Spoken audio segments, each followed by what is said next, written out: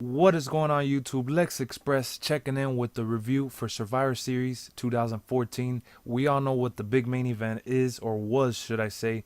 Team Cena versus Team Authority. We all know who's involved in that match, but we're going to start off with the pre-show where they had Fandango debut with Rosa.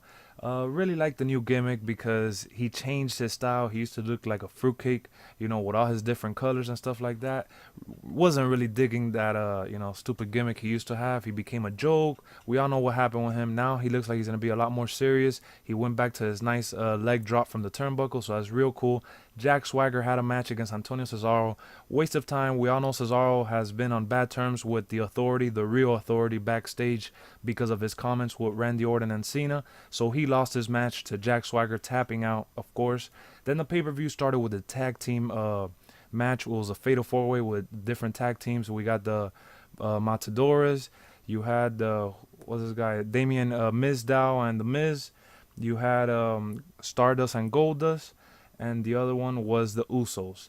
All right, so that match was actually pretty good. I thought it was better than the most recent tag team matches we've had. I'm already tired of seeing the Usos versus Goldust. I mean, they had a good feud for a while, but it's already played out too much. Too much matches. I think it's just played out. They need to find a new tag team. The Ascension, they should have debuted at Survivor Series, but unfortunately they didn't. So we no Ascension at Survivor Series. Obviously the titles change hands. We finally get Damien Mizdow as the tag team champions. I know they did that just because the crowd is eating up their gimmick. They're hilarious. They're funny. I really like them for entertainment purposes, but they're not a serious tag team. They're gonna have the titles for a while. Maybe like a month or two, not even that much of a long time, to be honest.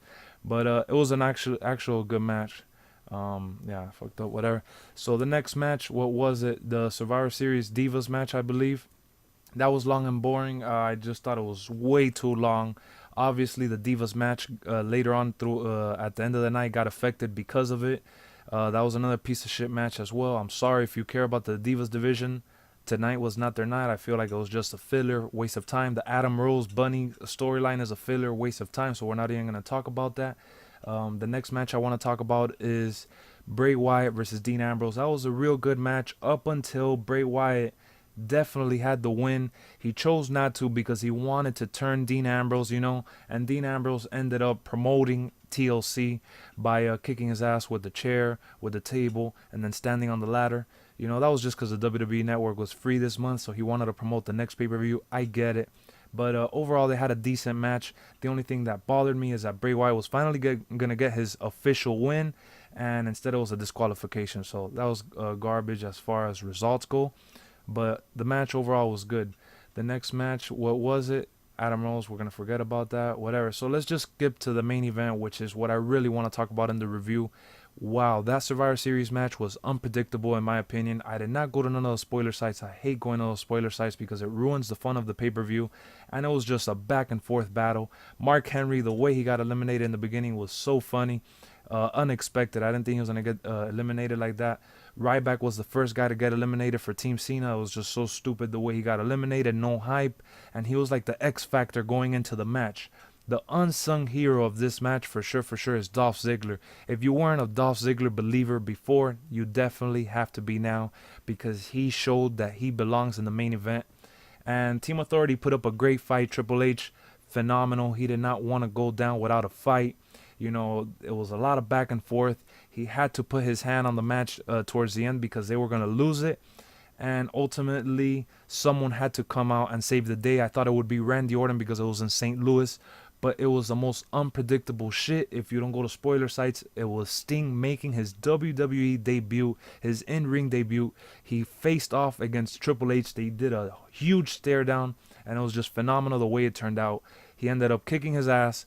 Obviously, Triple H was stunned to see him. The crowd was going crazy, and Dolph Ziggler with the big victory. Overall, I got to give this pay-per-view a 10 out of 10. The reason I give it a perfect score is because this is the best pay-per-view of the year for WWE. Roman Reigns was not there. Definitely miss him in the card. Daniel Bryan was not there. Miss him on the card as well. Randy Orton wasn't there. Miss him on the card as well.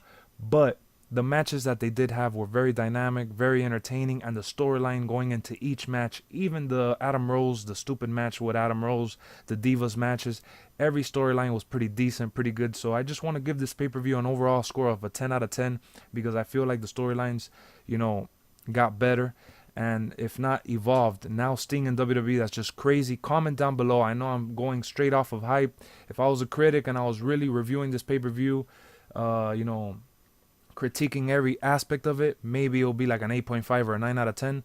But as far as a fan goes, 10 out of 10. I loved it. The emotions were high, real good. And that's about it, YouTube. Thanks for watching. Lex Express checking in with this long ass review. Sorry. Just comment down below. Let me know what you guys think. And if you guys haven't picked up WWE 2K15, go out and get it. I love this game. A lot of people have bashed it, but I really like it.